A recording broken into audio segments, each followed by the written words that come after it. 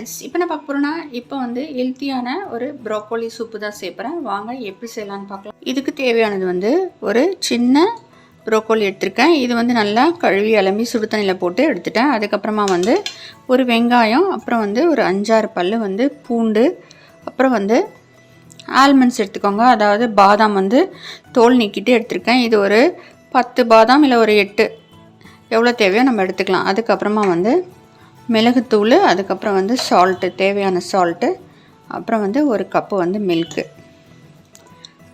Butter. இவ்வளோ தான் friends இதுக்கு தேவையானது. வாங்க எப்படி செய்யலான்னு பார்க்கலாம்.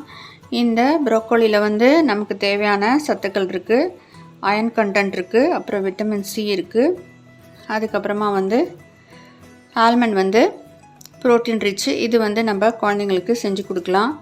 இதில் வந்து வேணால் வந்து கொஞ்சம் சுகர் ஆட் பண்ணிக்கலாம். அதாவது குழந்தைங்க சாப்பிட மாட்டாங்களே, அதில் வந்து ரெஸ்டாரண்ட் ஸ்டைலில் வந்து கொஞ்சம் சுகர் ஆட் பண்ணுவாங்க. ஒரு குக்கரில் பட்டர் சேர்த்துக்கலாம். இதில் வந்து வெங்காயம், பூண்டு, இது வந்து நம்ம வேக வச்சு நம்ம வந்து அரைக்க போகிறோம். இதுலேயே நம்ம ஆல்மண்ட்ஸும் சேர்த்துக்கலாம். சுடு தண்ணியில் ஆல்மண்ட்ஸ் போட்டிங்கன்னா ஒரு 1/2 ஹவரில் வந்து அந்த தூளை நீக்கிடலாம்.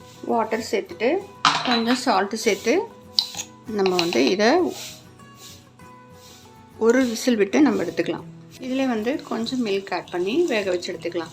ஒரு விசிலில் நம்ம இறக்கிடலாம். இந்த வெஜிடபிள்ஸை வந்து நம்ம வந்து கிரைண்ட் பண்ணி எடுத்துக்கலாம்.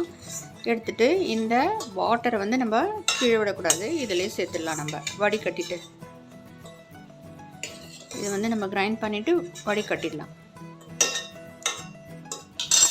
அரைச்சி விழுத நாம் வந்து ஸ்ட்ரெயின் பண்ணி எடுத்துக்கலாம்.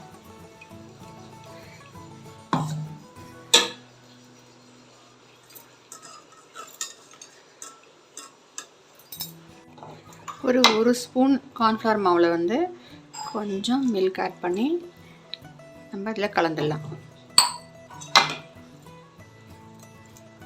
கட்டிகள் இல்லாமல் கலந்து விட்டுருங்க. இப்போ கொஞ்சம் கொதிக்க வைக்கணும். அதை இல்லை சேர்த்தாச்சு. இப்போ வந்து லைட்டாக கொதிக்க வைக்கணும், நல்லா கொதிக்க வைக்கக்கூடாது. இதே பாத்திரத்தில் கொஞ்சம் பட்டர் சேர்த்துக்கலாம். ஃப்ரெண்ட்ஸ், சூப்பராக ரெடி ஆகிடுச்சு பாருங்கள். செம்மையாக டேஸ்ட்டாக இருக்குது ஃப்ரெண்ட்ஸ். நீங்கள் நம்ம ட்ரை பண்ணி பாருங்கள். இதில் வந்து ஹோட்டலில் வந்து கொஞ்சம் சுகர் ஆட் பண்ணுவாங்க, நான் ஆட் பண்ணல, நீங்கள் வேணால் ஆட் பண்ணிக்கோங்க.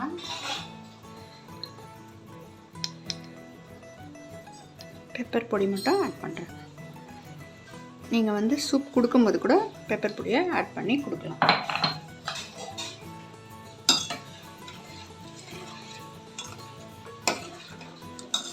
சூப்பராக இருக்குது ஃப்ரெண்ட்ஸ்.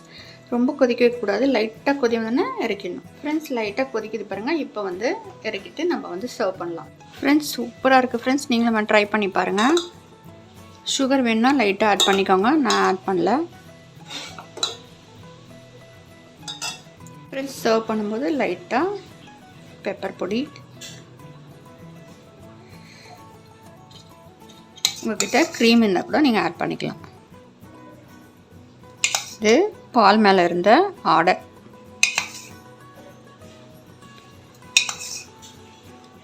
சூப்பராக ரெடி ஆயிடுச்சு ஃப்ரெண்ட்ஸ். நீங்கள் நம்ம ட்ரை பண்ணி பாருங்கள். பிடிச்சி லைக் பண்ணுங்கள், சப்ஸ்கிரைப் பண்ணுங்கள் ஃப்ரெண்ட்ஸ். தேங்க்யூ.